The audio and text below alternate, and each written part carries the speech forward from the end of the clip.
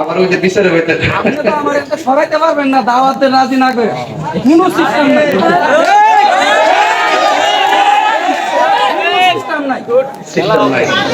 আপনারা দোয়া দিলে আমি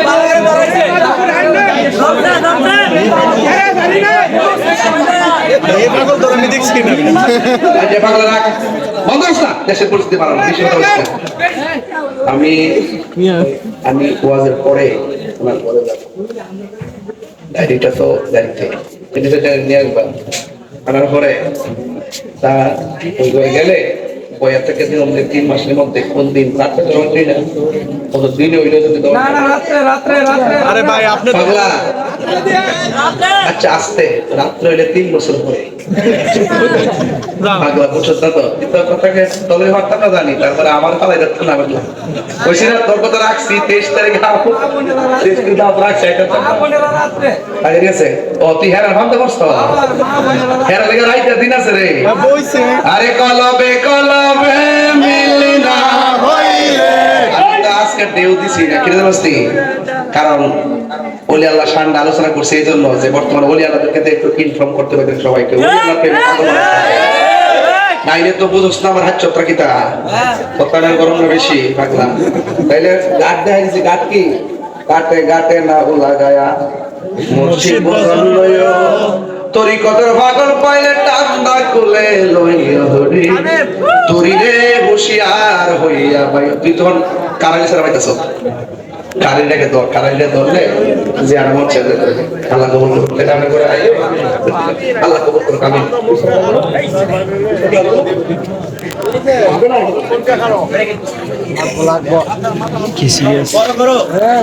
আল্লাহুম্মা আমিন আমি খুশি হব আপনারা বসলে দাওয়াত রাখছি কিন্তু আইতাম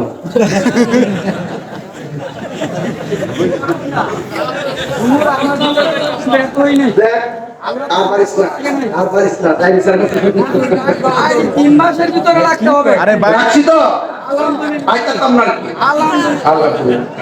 আইতাম না কি রাখছি তো আইতাম না সবতে দেখাইবার মালিক কেডা আর করে দেখাইবার মালিক কেডা ইত্তাকু বিফিরাসাতিল মুমিনি ফাইন্নাহু ইয়ানজুরু বিনুরিল্লাহ আল্লাহকে রাজি খুশি করতে পারলে রে নিজের বডির ভিতরে একটা গোশতের টুকরা আছে না নাই আরো জোরে আছে এমন না আছে আছে আরো জোরে আছে দেখছেন নি আছে দেখছো সব কিছু আছে গছ না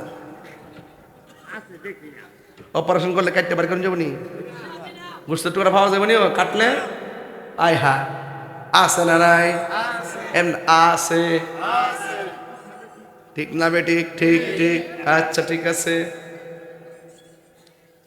আসেন ভাই এই গোশতের টুকরাটা আছে না এটার নাম হলো কালব নাম কি বান্দা যখন আল্লাহরে রাজি করে কালবটা নূর হয় সুবহানাল্লাহ এই আওয়াজ মানতাম না জোরে কর বান্দা যখন আল্লাহরে রাজি করে তখন এই কালবটা কি হয় এই নূরটা তখন এই চোখ দিয়ে বের হয় এই চোখের জ্যোতি যখন কলবের সাথে যখন এই চোখের জ্যোতির কানেকশন হয়ে যায় তখন সে ঘরে বসে থেকেও দূরে দেখতে পারে কথা বলেন ঠিক কিনা ডাক দিয়া বলি আমি নৌকার মধ্যে দাঁড়াইয়া আমি তাকে দেখলাম তারা আসতেছে নৌকা ভাঙতেছে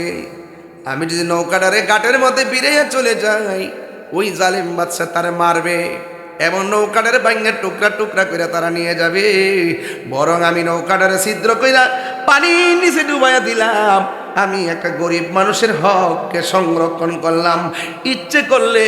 এই ফুটাটারে জোড়া লাগাইও নৌকাটা ব্যবহার করতে পারি জুরি জুরি কি সুবহানাল্লাহ বলা যাবে না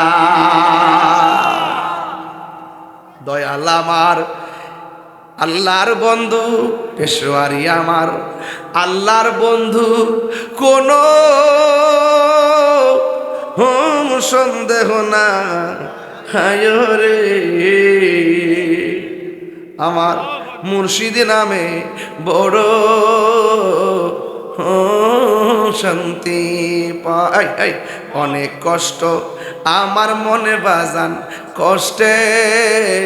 হের সীমানাই, সকল কষ্ট দূর হইব আমার পেশোয়ারি রে,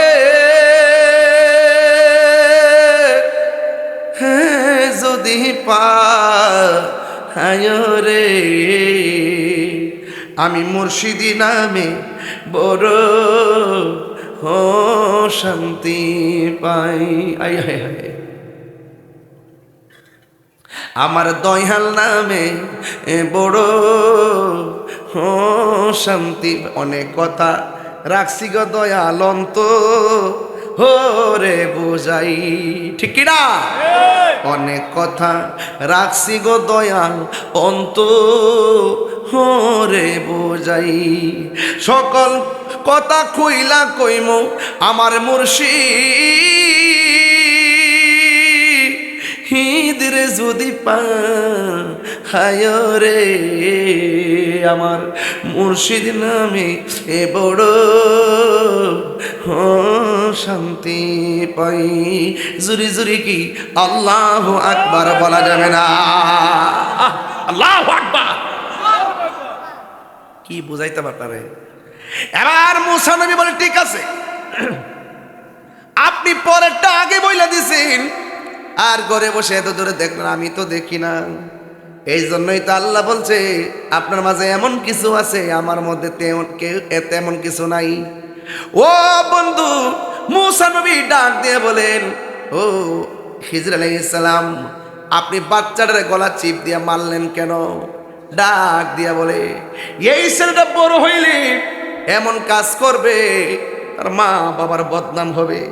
মা বাবার ইজ্জতহানি হবে, এই জন্য আমি তারে মেরে ফেলেছি। এরপরে কয়ে তুমি কেন, আপনি কেন দেয়ালটারে সোজা করে দিলেন? সেইটার নিচে গরিবের হক গচ্ছিত আছে,